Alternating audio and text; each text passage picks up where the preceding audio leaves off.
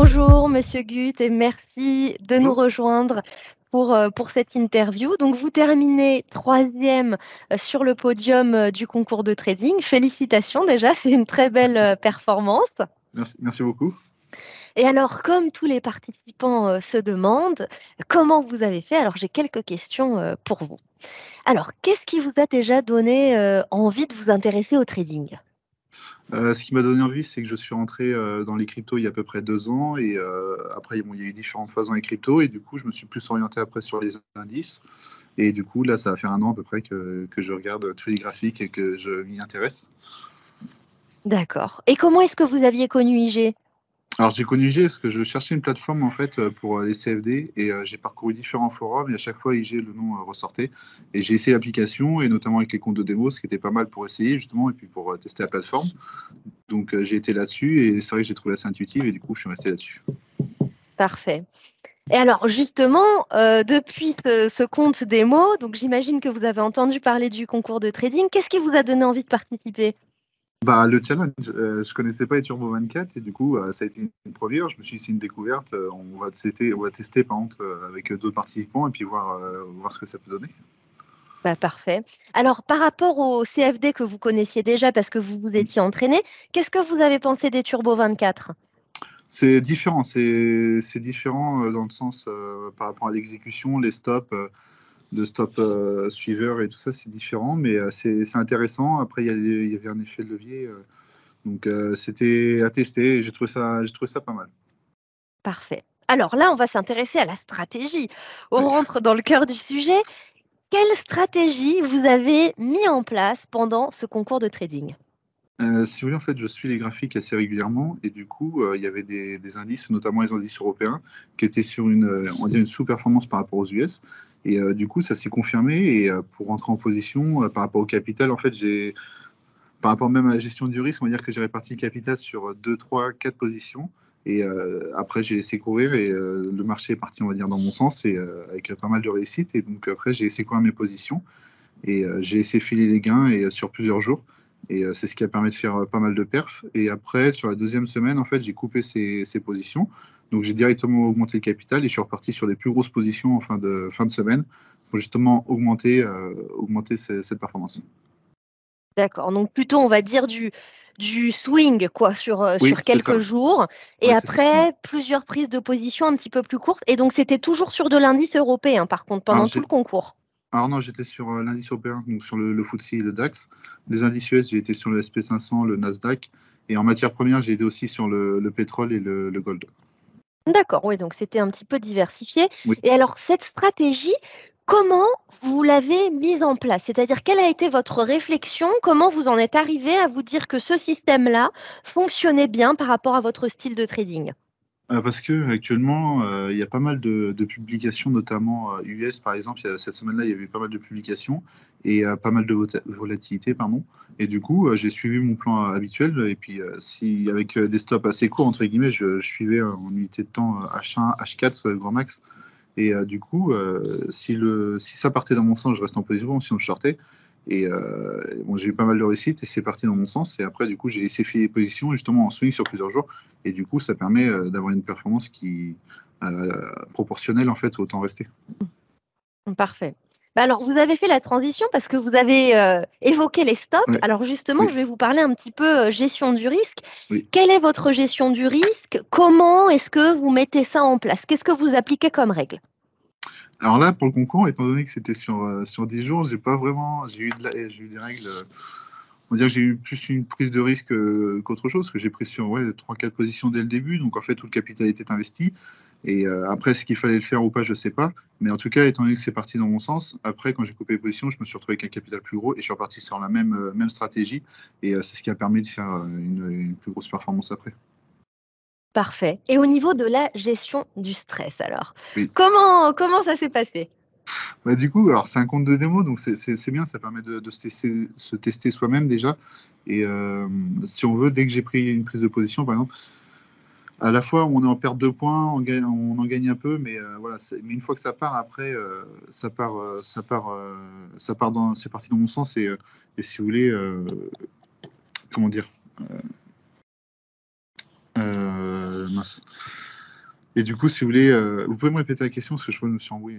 Non, non, c'était très bien. En fait, vous me disiez du coup, bah, pour la gestion du risque, au Mm. début, en gros, vous étiez un petit peu stressé parce que vous saviez Oui, pas tout à fait dans quel sens ça allait partir. c'est Et une ça. fois que là, on était parti vraiment dans le gain, du Mm. coup, j'imagine que vous étiez rassuré puisque vous vous disiez, ça y Ouais, est, là, il faut juste patienter quelques jours, le temps que ça continue à c'est ça. augmenter, mais C'est c'était ça, bien c'est ça. lancé. Ouais, c'est ça. Je laissais position courir, le gain augmente et dès qu'il y avait des bougies, justement, pas d'inversion, mais des bougies, une alerte qui se mettait en place, par exemple en unité de temps H1, je sortais directement de la position. Puis vu qu'il fallait récupérer de la performance sur la deuxième semaine pour repartir sur les plus grosses positions, ça s'est bien mis. Bah, parfait. Merci en tout cas pour toutes ces informations précieuses. Félicitations encore. Et Ben, puis merci on beaucoup. espère vous revoir très prochainement sur les prochains concours de trading. Oui, ce sera le cas. Merci beaucoup. Bonjour Monsieur Roba, merci encore de vous joindre à nous ce soir. Vous terminez deuxième sur le podium. Déjà, félicitations de la part de toute l'équipe IG. Et Eh puis bien, j'ai envie de vous interviewer un petit peu pour savoir bah, comment vous avez réussi à accomplir cette super performance? bah, écoutez, en fait, j'ai commencé par, lire les conditions du concours. OK, donc voilà, histoire de cerner un petit peu, quelle stratégie j'allais pouvoir aborder. Le premier truc auquel j'ai fait attention, c'était le risk management, puisque forcément, j'ai vu qu'il y avait pas de risk management imposé. Donc j'ai dû jouer avec et forcément jouer avec le fait que les autres participants, allaient probablement utiliser des tailles de position plutôt grosses par rapport au compte.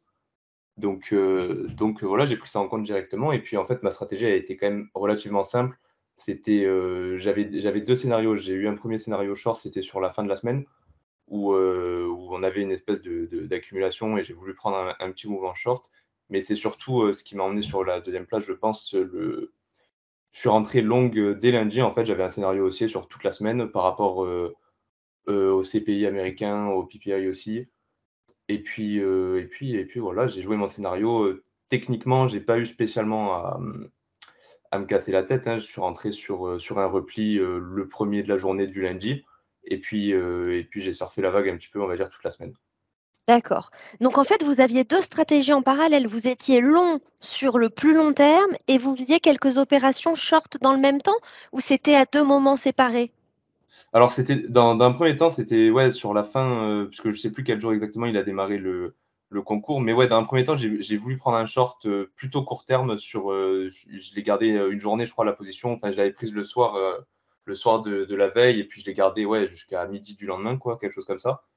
Et après ça, par contre, ouais, après ça, j'ai été long et j'avais quelques petites opérations quand même de scalping, comment dire? Bah, pendant, mon opération, swing, quoi. Mmh, je comprends. Et vous étiez sur quel marché alors principalement? Principalement le S&P 500. D'accord. S&P 500 et donc vous avez fait ça, je dirais à 90. Est-ce que vous avez quand même testé, d'autres marchés? Alors j'ai pris quelques petites opérations, sur le Nasdaq parce que voilà, enfin, en fait, moi, à titre perso, je trade, SP, Nasdaq.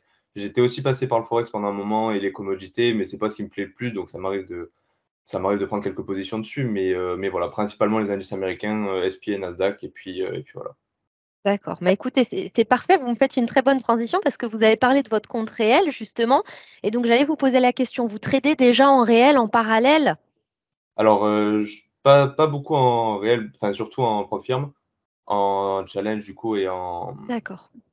et en PA et du coup voilà et principalement moi ce que je fais en fait les turbos ça m'a un petit peu perturbé dans le sens où je connaissais pas du tout cet instrument en fait si vous voulez les turbos 24 c'était quelque chose que je connaissais absolument pas. Je connaissais les CFD, je connaissais les options mais les turbos pas du tout donc j'ai dû faire avec, apprendre un petit peu à m'en servir tout ça et du coup, bon bah, du coup voilà c'est bien passé et puis, j'en sors, un peu plus cultivé. Moi je scalpe au carnet en fait à la base. D'accord. Du scalping au carnet d'ordre, donc pas du tout le type de trading que j'ai fait pendant ce concours, sur des positions qui durent plusieurs jours et cetera. Oui, d'accord. Vous étiez sur une autre stratégie et qu'est-ce que vous avez pensé, généralement des turbos suite à ce concours? Bah, en fait, j'ai trouvé ça amusant, c'est en fait, enfin moi je l'ai vu comme un espèce de mix entre les options et les CFD en fait et du coup, bah, ouais, je pense que c'est un produit qui peut être intéressant en fonction des stratégies ça oblige au stop loss aussi pour certains qui sont peut-être plus débutants et qui vont avoir tendance à pas mettre de stop loss, à moyenner leur position. Enfin, vous travaillez chez un broker, je pense que vous savez, ce que c'est. Et ouais, et du coup, j'ai trouvé ça plutôt sympa à rajouter en fonction de, voilà, de nos stratégies, horizon d'investissement, etc. Ça peut être intéressant. Parfait. Et alors justement, vous parliez tout à l'heure de la gestion du stress. Alors vous, comment est-ce que vous l'avez géré pendant le concours? Déjà d'une part.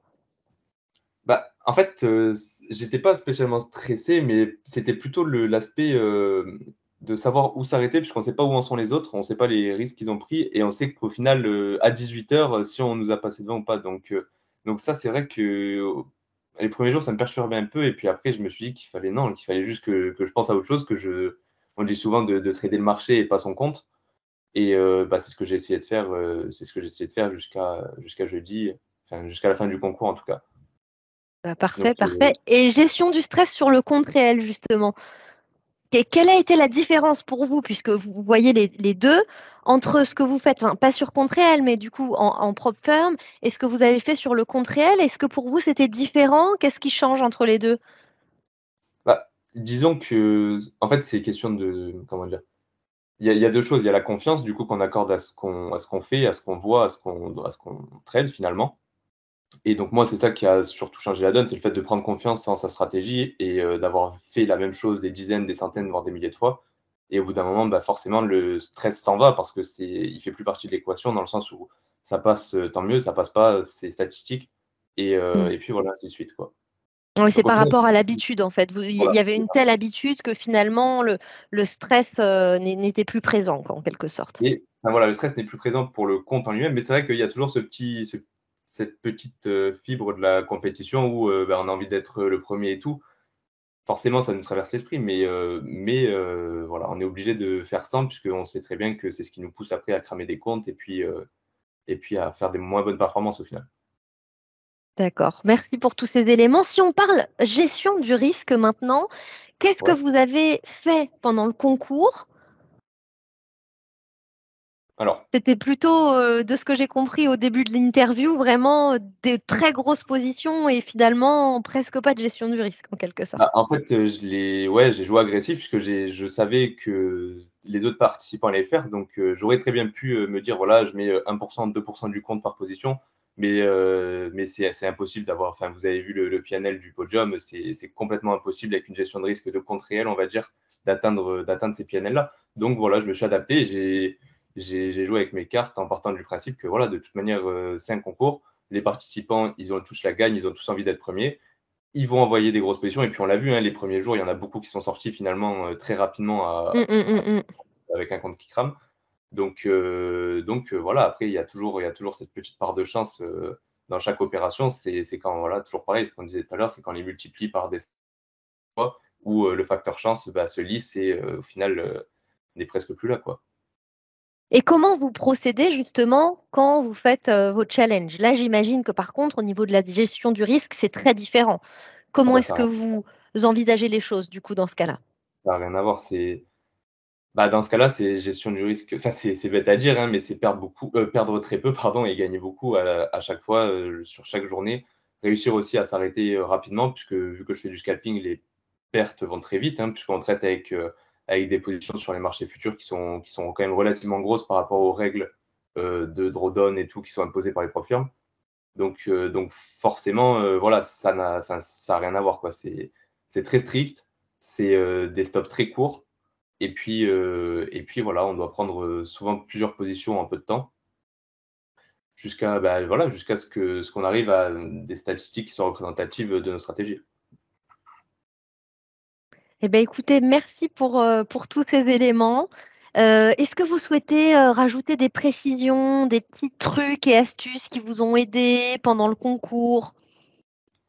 Alors, bon, moi, je vous avoue, j'étais pas trop, enfin, en fait, je faisais autre chose en même temps, du coup, j'ai pas trop pu regarder les lives et tout. Mais par contre, ce que j'aurais, vraiment à conseiller pour, pas forcément une astuce pour le concours, mais sur le trading en général, c'est de faire vraiment attention à sa gestion de risque et à ses émotions. Et aussi, voilà, s'il y a des débutants, qui ont fini sur le podium et tout, de pas oublier de traiter beaucoup plus tranquillement avec leur compte propre, histoire bah, voilà, histoire de tenir sur la durée, quoi, et que tout le monde soit content. Tout à fait, vous avez raison et c'est un excellent, rappel. C'est une très belle façon de terminer l'interview. Je vous remercie encore. Merci, Monsieur Aguirre, de nous rejoindre pour cette interview. Vous terminez premier du concours de trading, donc déjà bravo, félicitations. Et puis j'ai quelques questions à vous poser pour l'ensemble des participants. Alors déjà, comment est-ce que vous aviez connu IG au départ? Écoutez, c'est une longue histoire parce que je suis client chez vous depuis 2017. C'est-à-dire qu'à l'époque dans laquelle il y avait les CFD et il n'y avait pas encore ni les options barrières ni les turbos, mais toujours à la recherche des produits effets levier qui attirent mon attention. D'accord, très bien, effectivement. C'est des produits qui vous intéressent plus particulièrement. Donc, vous tradiez déjà en réel. Et qu'est-ce qui vous a donné envie de participer à ce concours? Écoutez, le défi pour moi cette fois-ci, puisqu'il y avait fait, pour le passé, il y avait vu les différents concours que l'IG avait préparés, mais cette fois-ci, je m'intéressais surtout, c'est à savoir si dans la démo, je pouvais faire le plus proche possible à la réalité, c'est-à-dire travailler sous pression. Pourquoi? Parce qu'avec quand on utilise les démos habituels que la plateforme nous permet de faire, et on est un peu plus cool puisqu'on n'a pas la pression. On dit, bon, on laisse par exemple des positions ouvertes la nuit, on laisse des positions ouvertes les week-ends. Et si ça ne sort pas correctement, bon, je recommence à zéro. Non, là, il fallait vraiment se mettre la pression pour essayer d'être un réel le plus possible. D'accord, je comprends tout à fait. Alors, justement, pendant ce concours, sur quel marché vous avez investi? Mon cas, après l'expérience que j'ai sur les marchés financiers, la chose qui m'intéresse surtout c'est seulement les Nasdaq 100. Moi, pour moi, c'est la même chose de faire 10 fois sur un marché qui fait 3% que d'essayer de faire une diversification, puisqu'on ne peut pas conduire, quand on fait des scalping, on ne peut pas conduire 3 voitures à la fois. C'est-à-dire que moi, ma tactique, c'est de me concentrer exclusivement sur un marché qui va résumer toutes les choses qui puissent avoir affecté les marchés financiers, c'est-à-dire les taux d'intérêt, les nouvelles sur les GAFA ou la déclaration de X ou un tel. Tout ça va se traduire d'une façon ou d'une autre sur l'indice Nasdaq 100. Et l'idée principale, c'est surveiller l'évolution des Standard Poor's, les Dow Jones, et comme le Nasdaq, c'est un peu un suiveur de ces deux indices, je suis un peu à la queue de ces deux grands marchés qui sont les Standard Poor's et les Dow Jones. D'accord, parfait. Bah, c'est bien, ça introduit bien la deuxième question. Donc vous êtes spécialisé, vous faites que du Nasdaq parce que vous nous expliquez justement que le Nasdaq pour vous va refléter un petit peu tout ce qui se passe même mondialement sur le marché financier. Vous êtes aussi hyper spécialisé dessus parce que ce que je comprends, c'est que ça fait plusieurs années déjà que vous tradez sur le Nasdaq, c'est ça? Tout à fait. D'accord, effectivement. Et comment vous avez déterminé cette stratégie au départ? Comment vous en êtes arrivé à vous intéresser et à vous spécialiser exclusivement sur le Nasdaq? Écoutez, après beaucoup d'échecs, c'est-à-dire on fait beaucoup de diversification dans les portefeuilles et on prend la chose qui nous indique. Moi, je suis de formation économiste et il y a un peu de formation en analyse financière. Et quand on applique un peu la théorie qui nous dit une exposition pas excessive, plus de 10% sur un actif, mais tout ça sont très valables quand on fait une gestion passive. Mais quand on fait des scalping, il faut être extrêmement agressif. Et pour moi, les produits turbo et les options barrières ou les CFD sont des produits à scalper. Ce ne sont pas des produits pour un investisseur long terme qui puisse aller à la plage et laisser le portefeuille. Non, ça, c'est une surveillance. Quand on veut, j'essaie de me faire comprendre avec une analogie. Quand on veut rouler à 300 km à l'heure, il faut rouler seulement sur une voiture et avoir tous les 500 dans la conduite. Ici, c'est la même chose. On ne peut pas faire une gestion de trading à long terme, sinon hyper agressif et en scalping. Parfait, je comprends très bien. Et d'ailleurs, je continue parce que vous commenciez à parler justement du scalping, du stress qu'il pouvait y avoir, du fait qu'il fallait avoir une stratégie très agressive. Et vous parliez tout à l'heure au début que vous vouliez faire un petit peu de la démo, mais avec plus de pression que ce que vous avez d'habitude, et que c'est pour ça que vous étiez allé vers le concours de trading. Alors justement, pendant ce concours de trading, comment vous avez géré ce stress supplémentaire par rapport à ce que vous faites d'habitude? Et c'est par rapport à ma position. Mais ce n'est pas une critique à IG, mais les résultats journaliers du concours, le fait de ne pas prendre en compte à 18 heures la position ouverte, c'est-à-dire les moins ou les plus-values ou les moins-values qu'il pouvait y avoir, pour voir un peu où est-ce qu'on était les restes des concursantes, ça me faisait, me mettait la pression à être encore plus performante parce qu'il était complètement aveugle par rapport à la position des autres. Quand presque à la fin, il était un peu médisant, excusez-moi une minute, il y a... Excusez-moi, il y a eu un appel entrant, j'ai dû m'interrompre.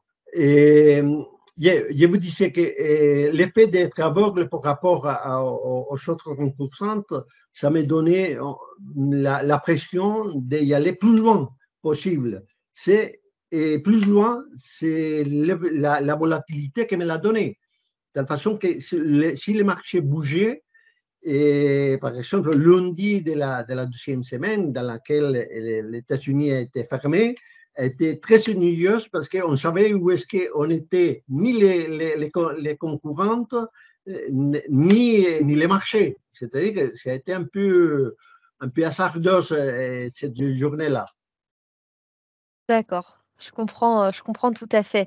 Alors, c'était la première fois que vous tradiez sur les turbos avec le concours, c'est ça? Vous n'en aviez pas fait encore sur le compte réel? Non, j'ai fait surtout barrière et surtout barrière. Moi, les CFD, je les laissé de côté et je me spécialisais plus sur les barrières. Et c'était un peu pour moi un test pour comparer aussi les turbos avec les barrières. Que je trouve qu'il y a certaines particularités. Et, par exemple, la plateforme turbo et l'organigramme, comment dire ça, puisse induire à des petites erreurs les moments que le marché décroche.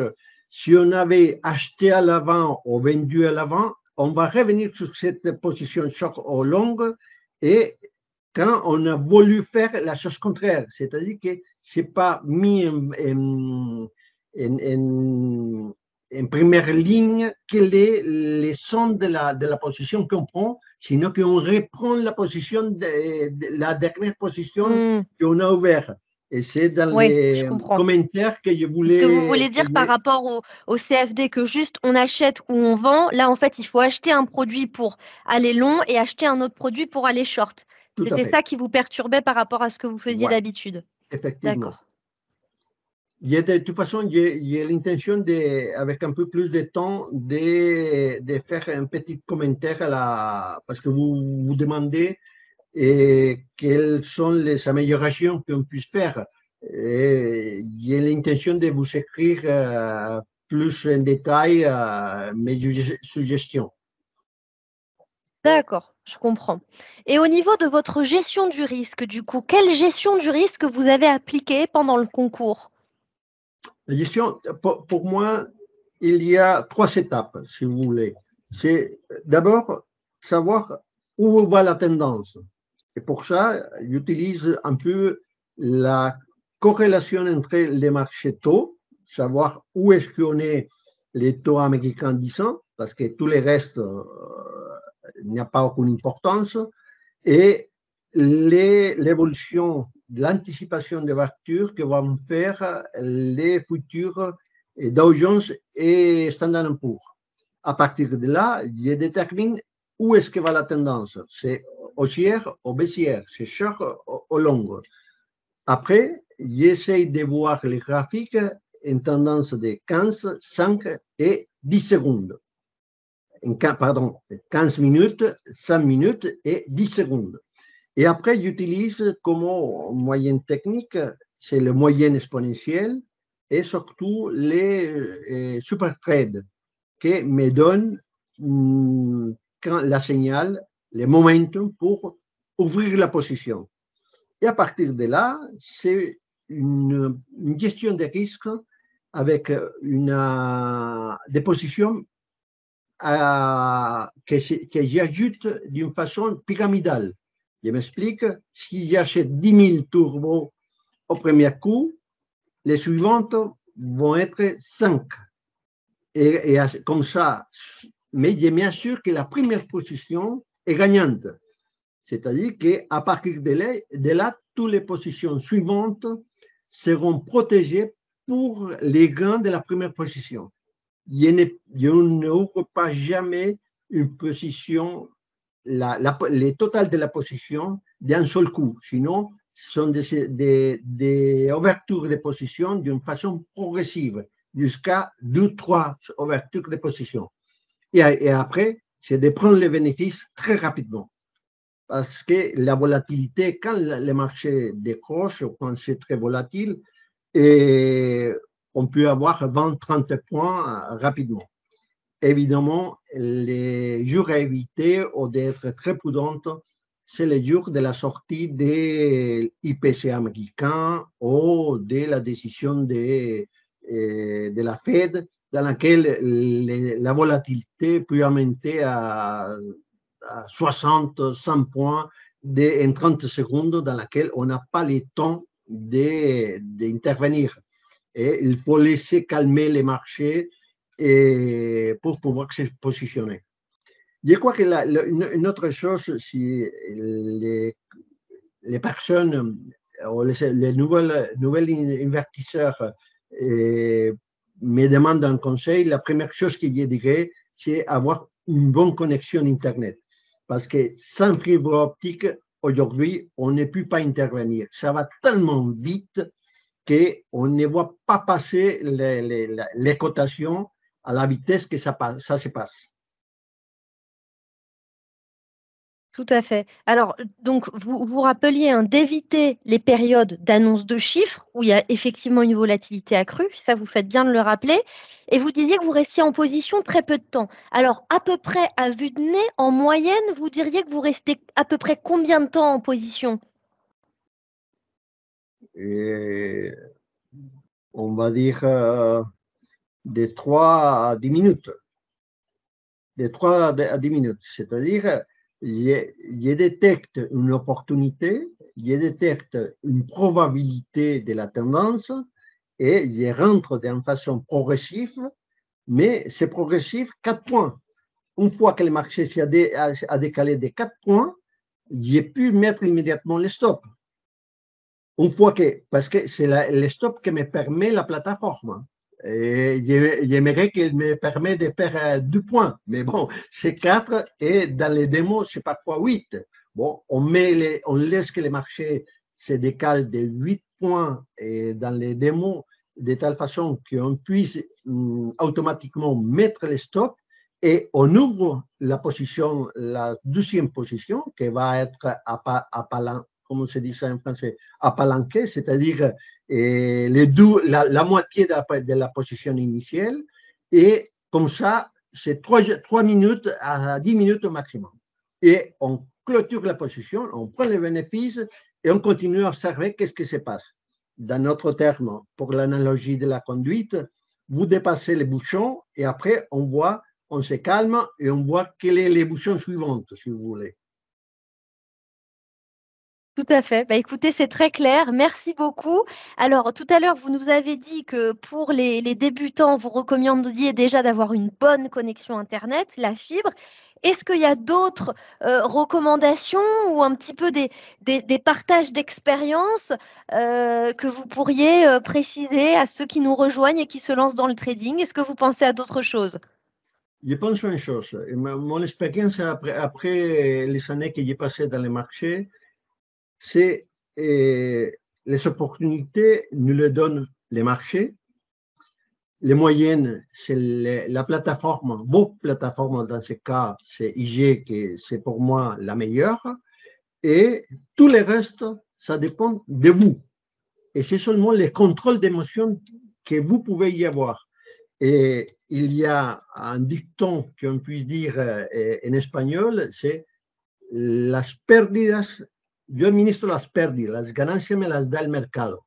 Traduit, je gère les pertes, les bénéfices, c'est le marché qui me les donne. Le pire pour tous les débutants, c'est de rester en position perdante. Il faut accepter les pertes. Si vous avez une erreur de, on va dire 50%, si vous faites 50% des positions gagnantes à 10 points et vous faites 50% des positions perdantes à des 5 points, vous savez gagner. Mais si c'est le contraire, vous avez perdu. C'est-à-dire qu'il faut toujours couper la position quand le marché ne vous donne pas raison. Évidemment, si vous prenez, et comme je vous disais avant, avec une exposition très forte, et pour le scalping, on peut le faire. Si on fait des petites positions, on peut rester dans les marchés toutes les périodes de temps qu'on veut. Si on s'expose seulement de 2%, c'est très bien. Mais quand on s'expose à 100%, ça va vite, et les gains, mais ça va vite aussi les pertes. Il faut couper les positions perdantes. Il faut se mettre ça en tête et c'est très émotionnel. Il faut se mettre en tête de le dire au cerveau, coupez, coupez. Quand vous voyez des rouges, coupez, coupez, coupez. Ça, c'est comme dans la conduite. Et si vous roulez à 300 km, apprenez à freiner, à freiner. Pourquoi? Parce que vous pouvez vous casser la gueule si vous me permettez la familiarité. Mais écoutez, merci Monsieur Aguirre pour toutes ces précisions. C'était un plaisir de vous avoir sur ce concours. Et puis, on se donnera rendez-vous très prochainement. À bientôt. Madame, à la prochaine. Au revoir.